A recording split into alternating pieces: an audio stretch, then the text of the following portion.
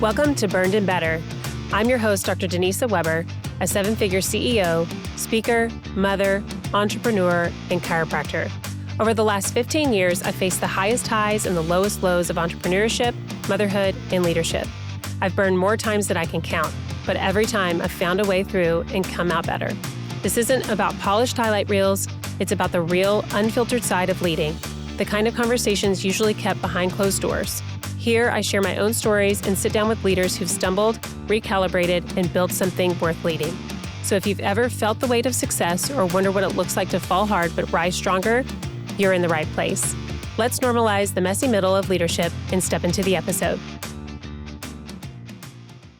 Hey guys, welcome back to a new episode, and let's just get straight into it. My newest guest is a dear friend of mine, Dr. Devin Vrana. And if you don't know her, she is a driven, heart-centered leader who wears many hats, quite literally, actually. She's a wife, mother of five, sister, chiropractor, CEO, speaker, and author. Rooted in Wichita, Kansas, she serves her community at the Lighthouse while traveling the world for retreats and speaking engagements. With passionate roots and vitality, freedom, and faith, Devin helps people light up their lives and transmute pain into purpose. Her work is a blend of bold leadership and soulful connection. She believes that life's greatest challenges and seasons of falling apart are also sacred invitations to become, shedding, growing, and receiving God's gifts that often come wrapped in hardship. Her paths aligned with Burn and Better with a common mission to remind ourselves that we are never defined by the fire we walk through, but how we rise from it. I love that. So welcome, sister. This is so fun. And I feel like podcasts, I'm always like, let's go, let's get in it. This one has a little bit of a, I was like, oh man, we're going to go there. We're going to go into the places. So I'm honored to be in this space that you are holding. Well, you have to be one of the founding voices on the podcast for sure. And I'm honored to have you as part of it because we have done life together. Me and Devin have been through different transitions together. We walkie-talkie a lot with, we joke, Devin was like, I've been part of your podcast before you had a podcast because I've been listening to your voice texts for years. Yeah. And I was like, that's actually true. That's actually true. Yeah. So let's get straight into it because that is where the gold is. I know we talk about leadership burns in hindsight. Like we can see the lessons, we can see the things we're like, we've had time to reflect, but it's different when you're in it, when you're in the mess. And I know we were talking earlier, I know you're in it. She is in it. She is in it. And I will say, like any leader that's worth their salt will say they are in the mess too. Like, it's just a subjective gradient of what is messy. Like, what do we define as mess, right? But she's going to be talking about what it's like to be currently in it as the snow globe's shaking up, as the flakes are still up in the air and going around and haven't landed yet. So, yeah. Man. I mean, first of all, you highlighted the walkie-talkies and, what I want to snag there is that, village is everything. And if you're leading, if you're, building a business, if you're growing a business, if you're juggling all the hats that come with life and leadership, you got to have people, man. And I'm so grateful for you. I would say you're a friend, you're a colleague, but also you've felt a bit like a doula when it comes to CEO leadership life, like, helping me birth new versions of myself because you have to innovate, especially in these wild times we're living in. And, when we were talking about this and you tossed around some ideas of like, what would be of value? What would I go back and tell myself sooner?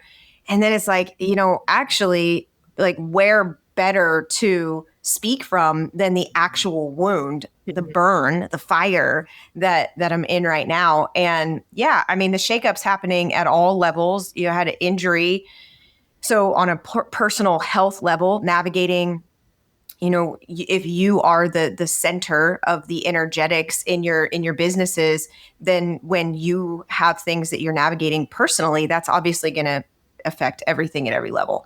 I also practice with my siblings and family members. My husband is a chiropractor, so the layers of relationships get shooken up in that. And those are my people. Those are my web. That's my arm's length village. And so when the business, when I'm changing, when the business is changing, it shakes those relationships. And then you got to balance the personal hat, the professional hat that goes with it. And, I'm also in, I would say, a phoenix season, a metamorphosis. This is not like a step up. This isn't an upgrade. This isn't I think I'm going to add a little bit of this into this season's marketing calendar. We are building out a brand new location for my practice. And that came with a lot of really deep introspective questions to ask, like, okay, we're going to move this forward. We're going to expand. Some things got to go. Some things have got to change. And, that's when you watch leaves fall, summer to fall. It's perfect time to talk about this because it's exciting and it's terrifying and it pulls you apart. And so, but this is not new territory. As you age in business, you can use, like, where have I been in transition before? Where was I being asked to give some things up so that I could go to new levels and serve at a higher capacity? How do you more maturely navigate conversations, especially when they're with people that you adore and that you're related to and that you do very intimate life with? And how do you stay sane, being wife, mother, and, healing injury and health? So you tell me which layer you want to go into first, because there's a lot of burn scars that I can look back on and go, well, I navigated that. I can navigate this. So there's a level of grit that this is not my first rodeo. So it's like, let's go. Like, cause I know you can't run from it. That just amplifies the only way is That's through. it. That's it. So doula me. Let's talk about the burn. Where you want to go? Yeah. I'm like, only way is through. You and I say that a lot. Only way is through. And I would say, like, what experiences have you navigated that you are anchoring back to in this time where it's like, if I did that, I know I can do this? Like, what are those that you're drawing? Yeah. I mean, and I'm just going to go inside out, right? So from a personal level, I've navigated injury before. I've got 5 kids. So I've navigated birth and literally becoming a different version of myself that way. I've navigated actual death, of loved ones and grief. And so I know pain, right? I mean, and pain in life and leadership it's inevitable. It's the human experience. But suffering, I think, comes when we resist the changes that alleviate the pain, right? And so as I'm walking through this, I literally, with my foot injury, I needed help. And so a burn there is that, I can look back and go, I powered through. I had a broken foot. I served, and I created a much bigger problem in years past where I was pushing through the pain, which will get you so far, but then it makes the problem bigger.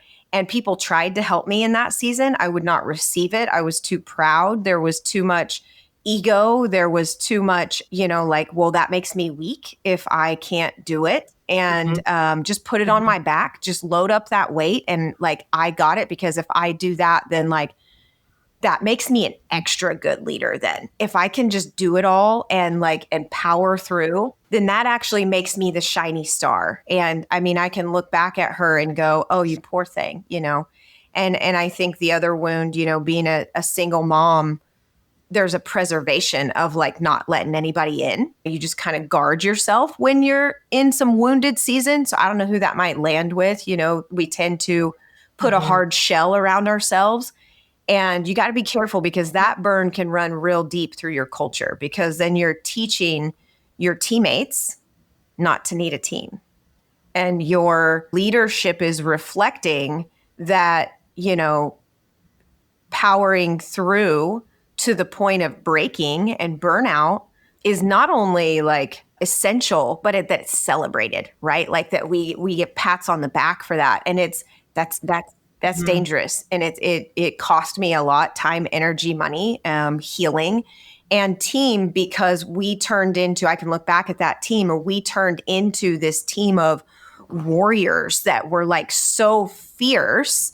And our mission, I mean, we lived it really bold. We actually had a lot of success, but we didn't trust each other. We didn't lean on each other. We couldn't really hold a bigger grid, or, like I can only see it here, and we have the utmost love for each other now. But then when storms would hit, we got knocked around a lot more because we didn't really anchor into the team, because we were individual, warriors, and that'll only get you so far.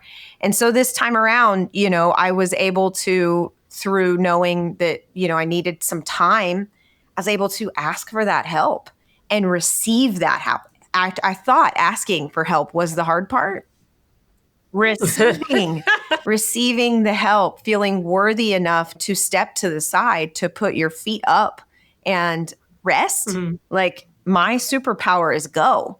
And I think God's season for me to slow down and literally stop comes with, trusting others, and delegating and letting go. The control freak in me has had to go through a new layer of burn. And I'm excited to let her go, honestly, because she's kind of a lot, that control freak former self that is part of the Phoenix that I really don't want to take into the next season. It's like, I look at my 5 kids, probably particularly my daughter, and I don't want her to see a mother who powers through and doesn't need anybody and doesn't ask for help. Like, they're watching, So I started personal because, like, I think I used to start at my business and work it inward. Like, if I'm just staying successful, then like the me will catch up and I'll get through. And I've learned that burn as well. Like, this has got to be inside out. So, I don't know if you want to go deeper on any of that. Because what is success? What is success? Like, you know what I mean? Like, well, what are we chasing after here? Like, what is that? And for what? I mean, success in our terms, and in that season that I'm talking about, it did have an impact. It was serving a lot of people, but I was also teaching them, right? As a chiropractor, it was like, I was demonstrating that when you're injured, you just force through an injury, and it will get you maybe through the injury, but it'll have a cost on the other side. And my patients were watching that too. So there's an emptiness in the leadership, in the way I was showing up for them and for the team. And, that given another opportunity now, I'm meeting myself, the injury, the healing, my team, my family, with a lot more grace. And that feels good. And it makes me hopeful for what will inevitably come my way in the future. Because it's not if, it's when, right? But it's like, no, we're doing because that used to be an I story. I did so good through that injury. I did so good through that season. I can look at the last year and go, we have done so well. We have navigated this turbulent season. And that alone tells me that I'm operating from a very, very different place. So provide a little contrast for like, what would old Dev, how would she do this? And give me contrast between Devin, the old Devin in doing this season versus what Devin now is choosing to do with this situation. Yeah. So again, inside out, I would, in my mind, just beat the absolute hell out of myself. Like, what is wrong with you? I could go back to the chatter. It could probably make me cry to think about how many years those narratives ran of like, you're so weak. What is wrong with you? I mean, like, literally, like, do you know people are waiting for you? Like, I think that, and then if that's the music playing inside of me, and you think about what that touches and how that resonates through my home and through my community, like, I'm sad for her, that she was pushing that hard, that when her body or her heart or her mind needed a break, like, that was selfish and unacceptable. And, like, you and I also, there's Ed Milet podcast, and you can look at Kobe and you can look at MJ's game where he plays lights out. There are moments when you are having hardship that, yes, like, you belly up, you put your boots on and you get going. Yeah. This is Yep. 11 months. My body's not just going, hey, you need to take a break. It's like, you need to sit down or you will be put down. And so old Dev would have, one, had that chatter playing, two, physically pushed herself, emotionally pushed herself. So that Deb is shorter with her children.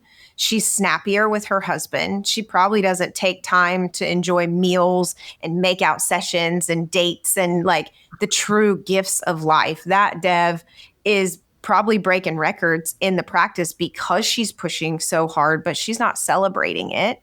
She's not celebrating her team. Yep. And I mean, I will say, like, when I'm lasered in those season, like the adjustments and the purity of my art was really intense. Like, I can feel probably what a lot of those really unhealthy artists that we look back, sculptors and painters, and like the addictions, because like you're pushing from a really unhealthy, dark, I think, place.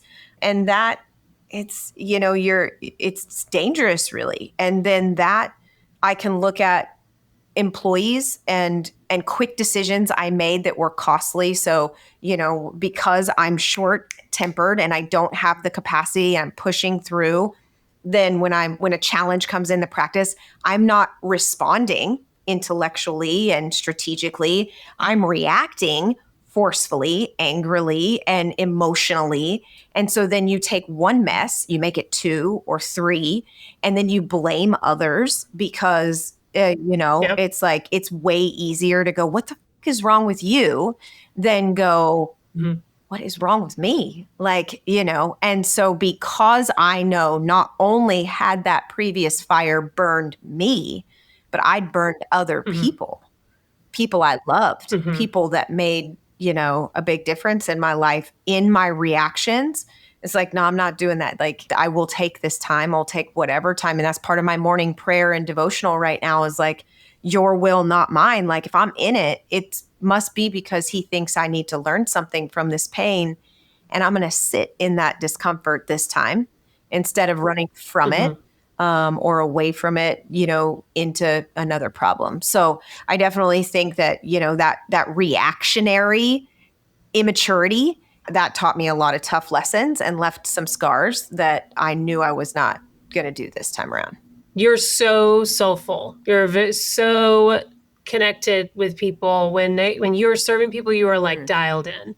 Would you say, like, also kind of like, was there a disconnect where it's like, this is service, Devin, and then when I was with my team, it was, you're on my, like, you are part of me. So how I talk to myself, I talk to you as well, and we're pushing this forward, but Yeah. like, kind of like, should I be nurturing the team as much as I'm nurturing you? I I don't Was I that a don't thing even think or was I it don't not? even think the word nurture was in my vocabulary in that season. Nurture, no. Yeah. And I mean, Yeah. we intensely loved one another. When I think about that team, it was just, the three of us, and we were having a lot of, success and impact in the community.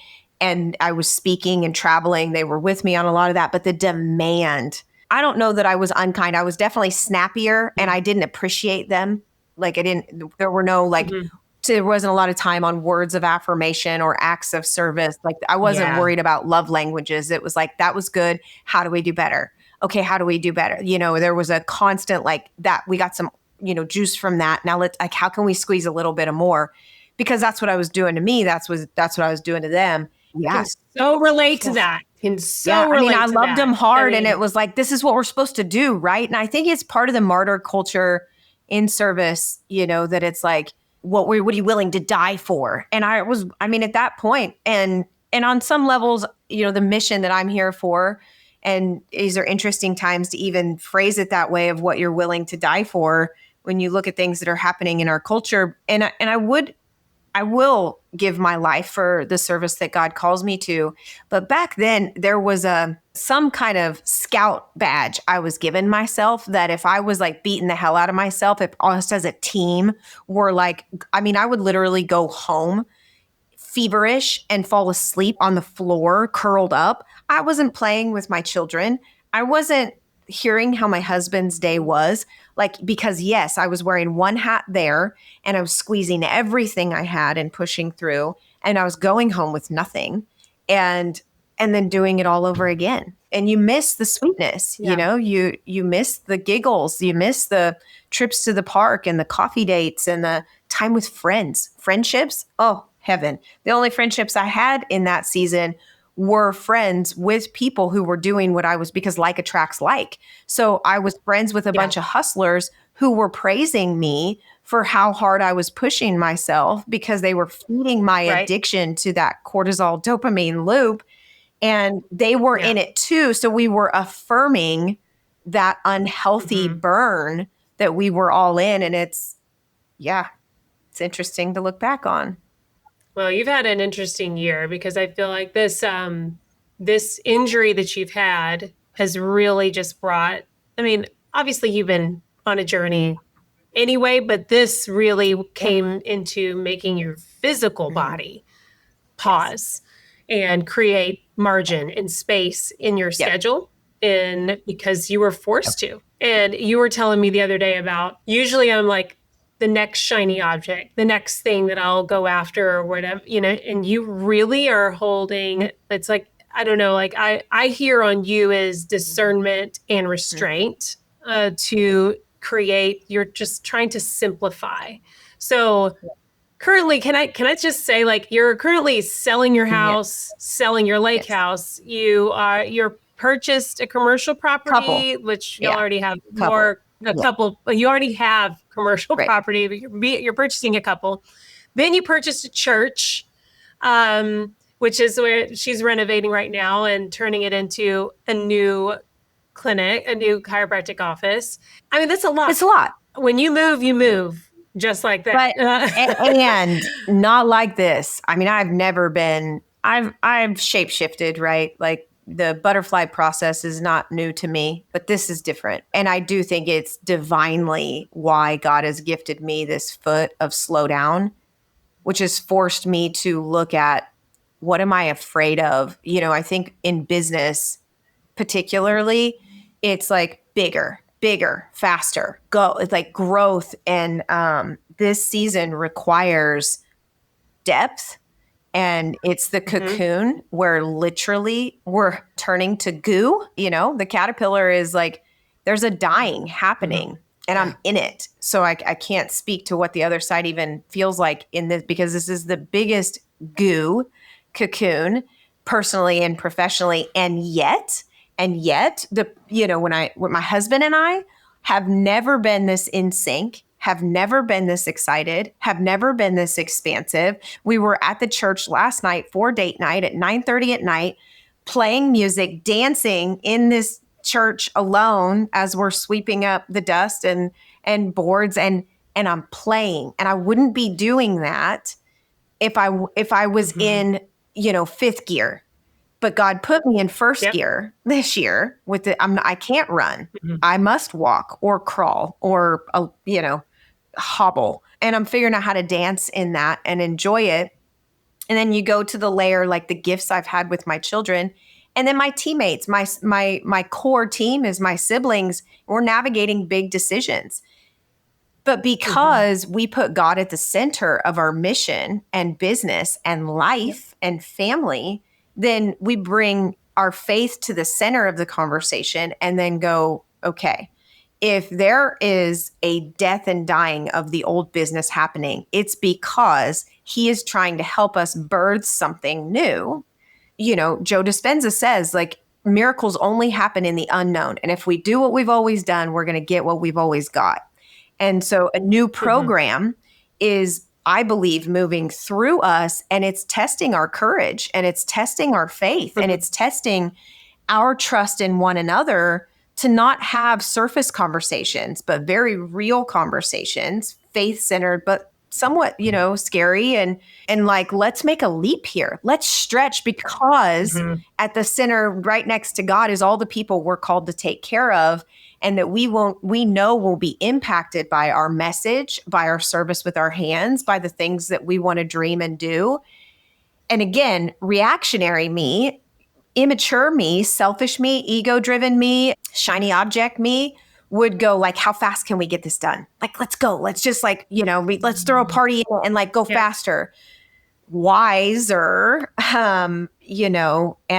and knowing like, man, that fire we talked about earlier that didn't just burn me, burnt others. Last thing I'm going to do is burn the people I love the most right now. We're going to dig our roots in deeper here, and we're going to be honest. We're going to be vulnerable. We're going to give each other space when we need it. We're going to breathe. We're going to pray. And when it feels bigger than we can handle, we'll give it to him and just go, we don't know that yet. And same thing with my newer team members, our staff members. These girls take this job and they're on a mission that has a very clear trajectory, and this is what's next. And I'm coming home from a retreat with this really expansive vision, and I go, hey, everybody, we're about to make a pivot, and this isn't a little one. And so, I've got to be very aware and emotionally mature and give people some space to emotionally process, because I've had time. So when they're like, what the hell? And I'm scared. And some of their patterns come up, before I would have been like, just like, get over, like, it's fine. It's going to be, do you not trust me? I would have taken it personally. They're processing too. Like, I'm not just causing a crumble in my world or the business. Like, it's affecting everybody right now. And I realize that, but I can see it, and they do trust me. And when I listen and I give a lot more grace to the space, then I can hear their questions. And instead of assuming I know what their fears are, they can actually share them with me, and we can navigate them together. And they can come up with ideas, and I can say, this is what I see. What do you see? Because the visions of the past, really, a lot of them came from me and me only. And this time it's critical and essential for what I feel moving through us, that everybody has a voice in this. And so, it's big, and I'm committed to doing it with a lot of love and a lot of faith. What would you say? Because I know you said like, it's terrifying. It's terrifying being in this. Yeah. What is terrifying about it? What's terrifying being in the goo of the change? And you can listen to Gary V's and Hormozzi's and all kinds of people talk about like, just fail it forward, or like the investments that, it's financially scary. Like you mentioned, we're selling our house. I'm not just moving my professional grid, we're moving our personal grid. Changing everything. And when you're a woman, because I can only speak to that experience, a woman, wife, mother, like, we're the heart of the home. And as CEOs, you're the heart of the business. You got to hold a massive grid. And so I've got to get healthy. I got to be spiritually healthy, emotionally healthy, physically healthy, chemically healthy. Am I hydrated? Am I rested? Like, I got to get really honest, because if I'm not clear and connected, then I'm making very, toxic decisions potentially. And so there's that big grid shift going, and it's scary because I've kind of always been able to plot the curve, like on a track of a business. It's like you're running that track and you get a faster time, right? Well, in business, it's like you run the track and you just make it better. You make it more efficient. You make the service better. You make the product. We've been on a track. And what I'm doing is like, we're leaving the track. And so I literally don't know. Like, the GPS is telling me where we're going. God's showing me in pieces where we're going, but I don't have a map. I don't have a full map. So I'm asking people to make some wagers that next season's going to be better than this season, but they can only borrow the amount of faith that the leader has, right? So if I'm at 80%, then they're scared, then their fear, like, no one can stand on that foundation. And so, it's, the fears are financial, the fears are cultural, of like the world's, shifting and going a little mad, in my opinion. And so we're in pretty turbulent times to shake up, but that also is the driver. It's like, I cannot continue to be status quo in a world that needs us to show up different. Like, it's time. It's actually, I think for me, past time. And so, the faith is far bigger than the fear. Yeah. I keep hearing, like, as you're talking about that, stepping in faith, is all I can hear is like, he's holding a lamp, like a light unto my feet, Absolutely.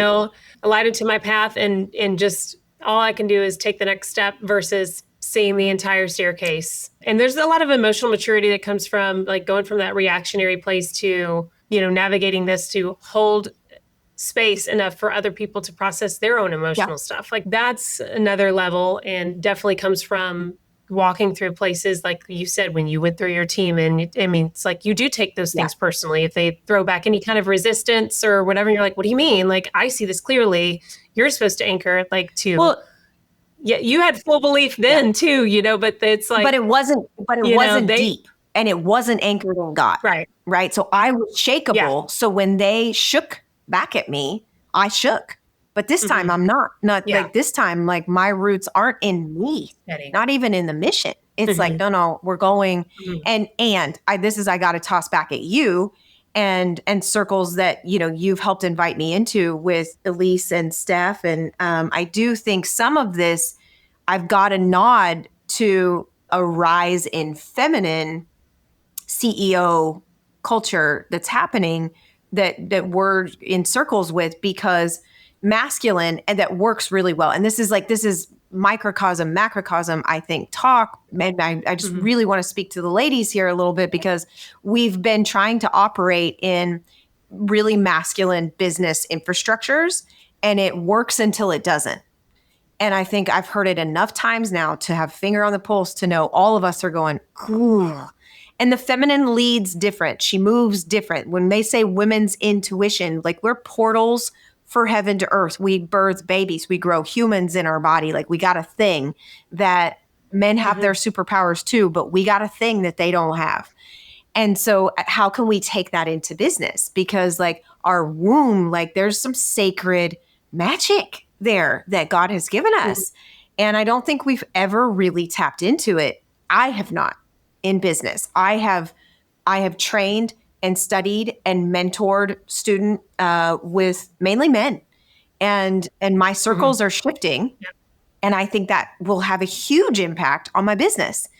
And some of the burns that came with that, are like, I tried to be like the boys, but then that, like, my husband doesn't want to be with one of the boys. Like my kids don't want a masculine mother.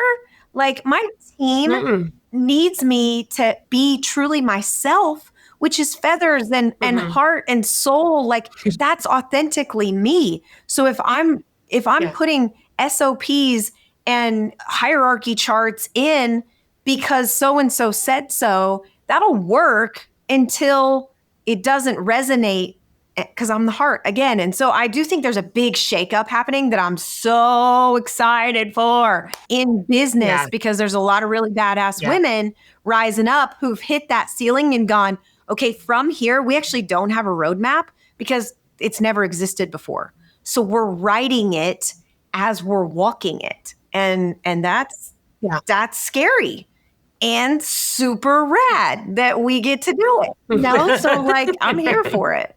Yeah, it's just pioneering your own walk. And I mean, that's a full reliance on, again, faith and what God is, purpose. And he's giving us gifts of having these circles and learning from our bros and the guys like the left brain. Like this is, I love me an SOP and a system. I love me a good old the organization. And at the same time, it's like, I've always had to take, I know you can relate to this. I've always had to take something and make it my own. I was like, I will glean from that, but I'm going to tweak this to fit my expression.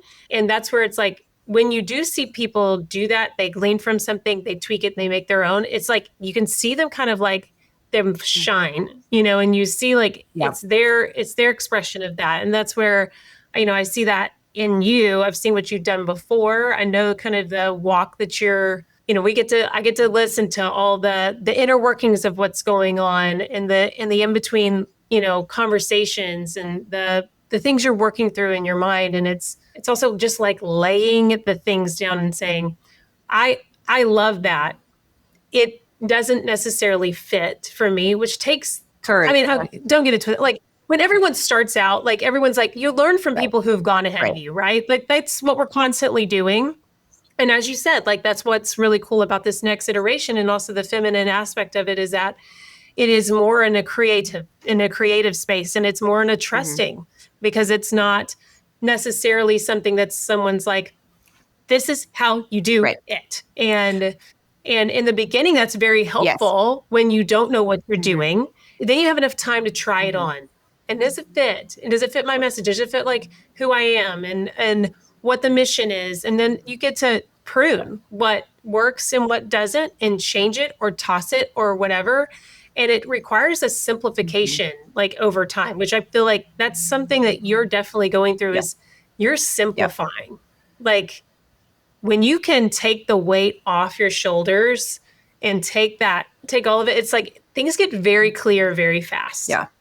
And I think that creates more clarity than anything. And walking into something and going, I don't know where this is going to go, but I do feel like I feel confident in the fact that this is where I'm being purposed. Yep. And I'm just going to serve. And I think I'm keeping the bumpers, right? Like you have that wisdom. A couple things you said there too. Like I think you hit a point in business, and they'll talk about it. Hormozis do a great job of talking like what gets you to million, and then there's another leap to 3, and like there's some jumps that have to happen. And it's like, I think in the beginning, you have this machete and you're just like weed whacking through all the like weeds. And then you hit an evolution where it becomes more of like a bonsai tree pruning that you're doing. And that's some of that maturity where I'm not starting over this time, right? Like it's not ground up.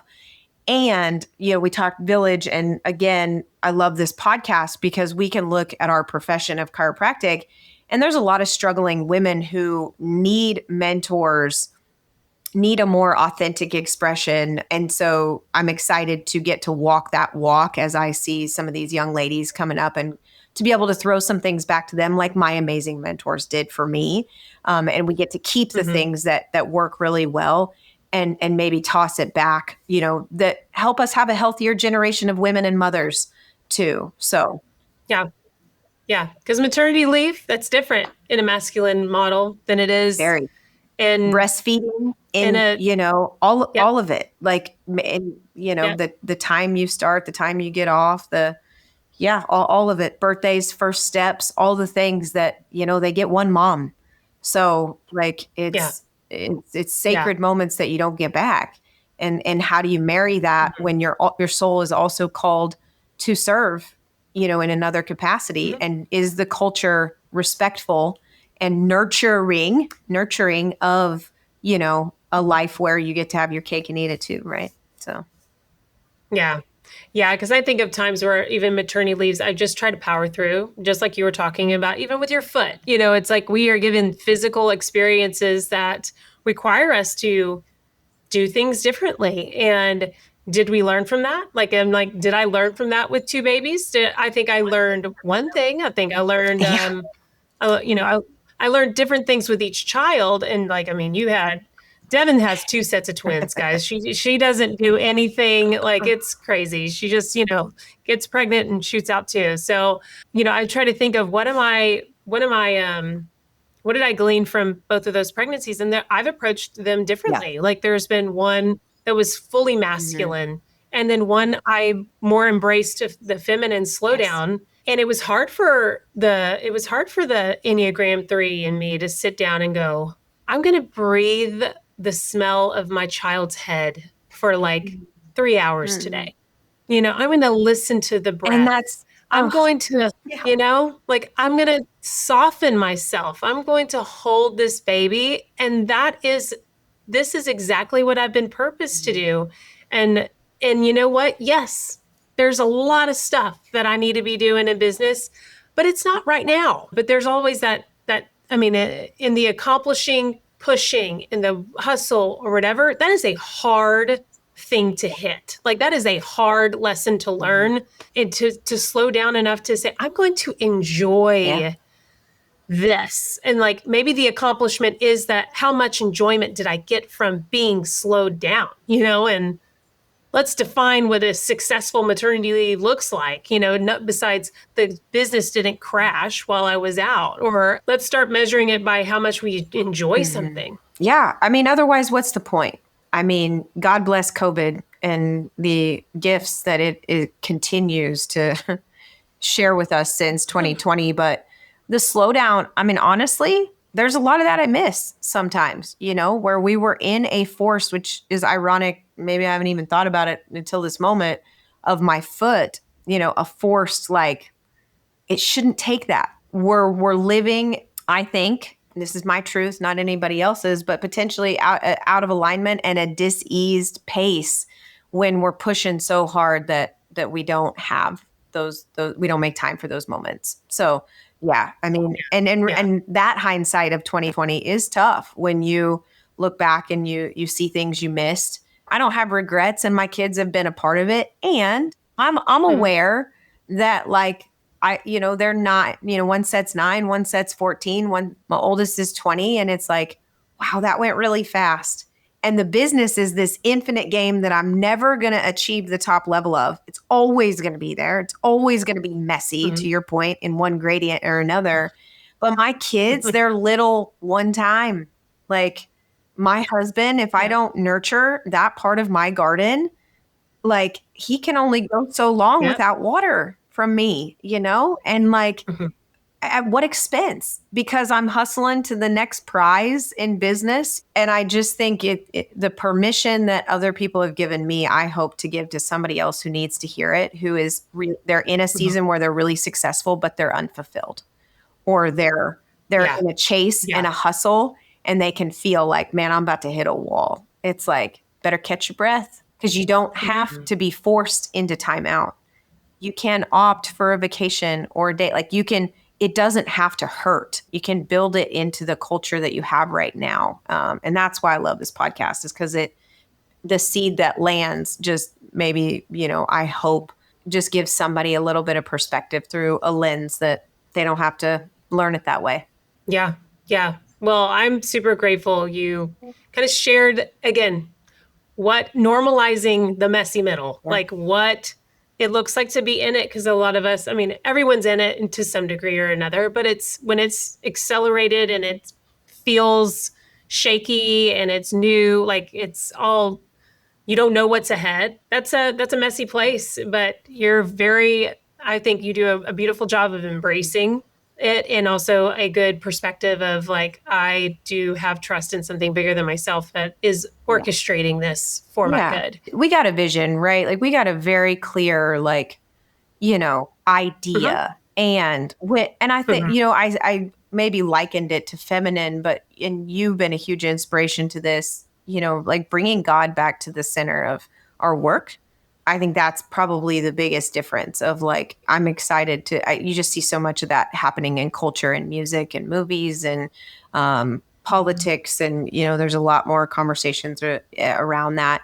And as we leave room for him to move pieces, I'm just not going to build it so linear and, like, focused on what I want or I think. I'm just going to leave enough space and start each day with prayer to make sure I'm paying attention, and that makes me feel like I have a whole army behind me this time. And so that's a different feeling. I mean, like, oof. So that's freeing. I'll be excited to come back on the other side and share, what happens when the goo actually gets a chance to become the butterfly. So, yeah. Well, thank you so much for sharing and being vulnerable, and that I appreciate it. And I know others appreciate it as well. So until our next episode with Dr. Devin at some point in time, I will see you guys next week. Thanks for tuning in to Burn It Better. Follow the show so you never miss an episode. And if you're feeling generous, tap 5 stars or write us a quick review. That's how this work is going to grow. I'd love to hear what stood out for you in this conversation.